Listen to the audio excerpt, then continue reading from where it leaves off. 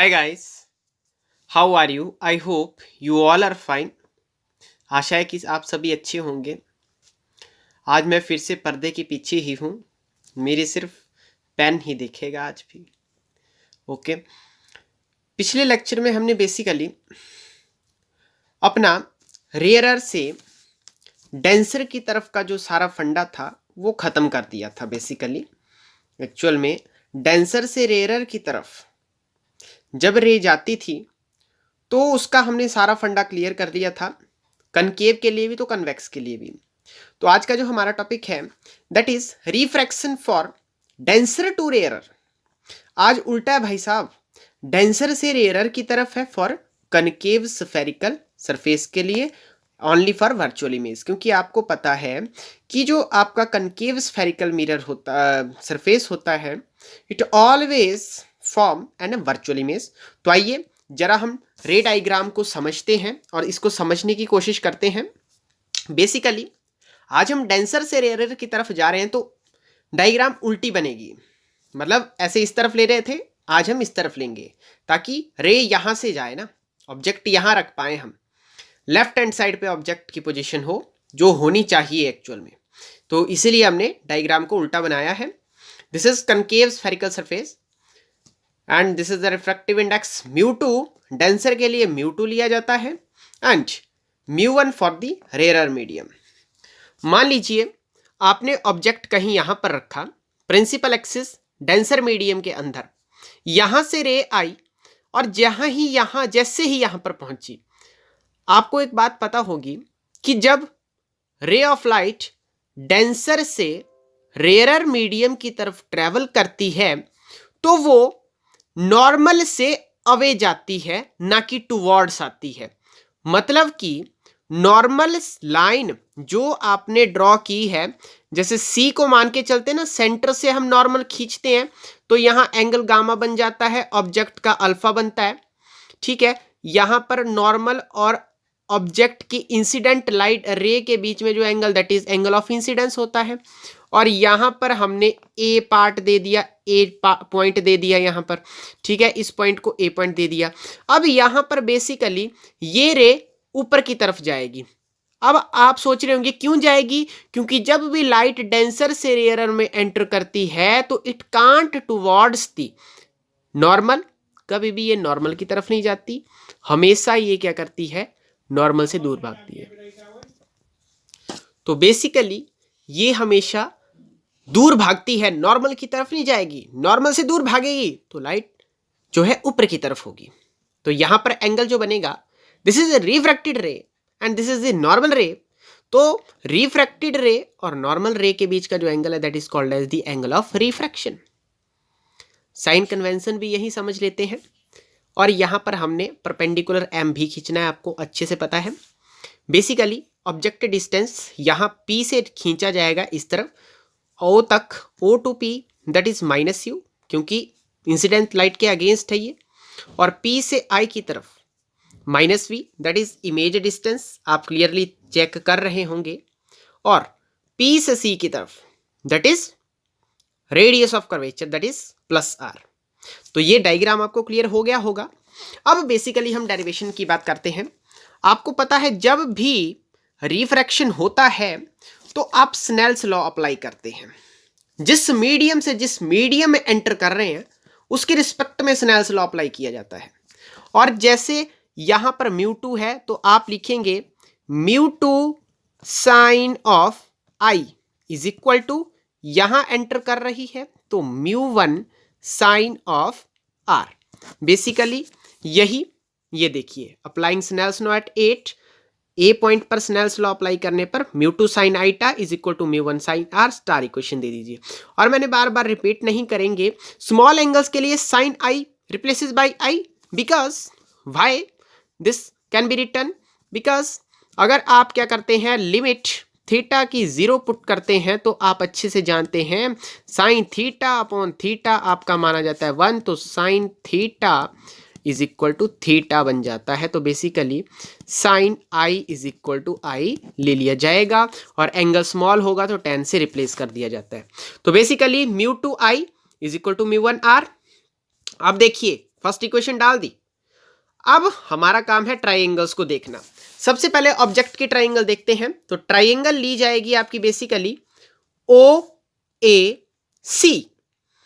अब ओ ए सी में basically angle कौन सा है, आईटा बन रहा है, मेन एंगल ऑफ इंसिडेंट हो रहा है। तो आप लेंगे I is equal to alpha plus gamma, that is second equation. Okay, again आप इन ट्राइंगल, अब ट्राइंगल पकड़ेंगे इमेज वाला आई ए सी। तो आई ए सी ट्राइंगल में आपका बेसिकली कौन सा आएगा, आप पकड़ेंगे exterior angle, that is r is equal to exterior angle की प्रॉपर्टी आर, बाहर है तो beta plus gamma, that is beta plus gamma, that is third equation. अब सेकंड और थर्ड इक्वेशन को आप देखिए, मैंने यहां पर लिख रखा है, ये जो सेकंड और थर्ड इक्वेशन है इसको फर्स्ट इक्वेशन में पुट करना है। सारा सिमिलर पैटर्न वही रहेगा, कोई दिक्कत नहीं, बस यहां पर फॉर्मूला चेंज होने वाला है, फाइनल रिजल्ट थोड़ा सा चेंज हो जाएगा यहां पर, क्योंकि डेंसर से रेयर जब एंटर होती है तो वहां पर रिजल्टेंट थोड़ा चेंज हो जाता है। तो बेसिकली आपको पता है एंगल को छोटे हैं तो आप टेंजेंट से रिप्लेस कर देते, तो यहां पर आ जाएगा mu two alpha plus gamma is equal to mu one beta plus gamma. तो अल्फा को अल्फा से रिप्लेस किया जाएगा, tan alpha plus tan gamma is equal to the mu one tan beta plus tan gamma. अब basically alpha वाला triangle देख लिए, क्योंकि टेन का मतलब है कि आप लेंगे जी परपेंडिकुलर अपॉन बेस। तो टेन के लिए कौन सी ट्राइंगल है जो अल्फा पर बन रही है, तो अल्फा के लिए ट्राइंगल आपकी बन रही है ओ ए, कौन सी बन रही है, ओ ए एम बन रही है ना, ओ ए एम बन रही है भाई साहब। तो आप लेंगे perpendicular A M upon O M, base हो गया ना, तो perpendicular A M upon O M. तो सिमिलरली गामा के लिए ट्राइंगल ली जाएगी, गामा का एंगल कहां बन रहा है, आप लेंगे ट्राइंगल सी ए एम, तो perpendicular A M upon M C, basically A M upon M C. अब टेन बीटा, बीटा के लिए ट्राइंगल बन रही है आई A M, I A M, तो आई ए एम बन रहा है तो आपका आ जाएगा A M upon M I, तो आपके पास आ गया A M upon M I basically. अब देखो, अब अगेन गामा के लिए यही रिपीट हो जाएगा A M upon M C. अब ये मुझे बताने की जरूरत नहीं है, क्योंकि ए एम कॉमन है तो ए एम से ए एम कट जाएगा, तो यहाँ अंदर बच जाएगा one upon O M plus one upon M C is equal to mu one one upon M I plus one upon M C basically. तो इक्वेशन बन जाएगी, म्यू टू से अंदर मल्टीप्लाई हो जाएगा, तो mu two by O M plus mu two by M C is equal to mu one upon M I plus mu one upon M C, that is equation 4। हमने इसको equation 4 दे दी। अब आप देख रहे होंगे डायग्राम में ध्यान से, m is very close to p, m जो है आपका p के बड़ा नजदीक है, तो क्यों ना हम m को p से रिप्लेस कर दें, m की जगह p लिखा जा सकता है। तो बेसिकली हम कह सकते हैं OM is equal to OP, MC is equal to PC, मतलब m की जगह p ले लीजिए, सिंपल सी बात, MI की जगह PI। तो इक्वेशन 4 बन जाएगी आपकी mu two upon OP plus mu two upon P C is equal to mu one upon P I plus mu one upon P C, that is fifth equation.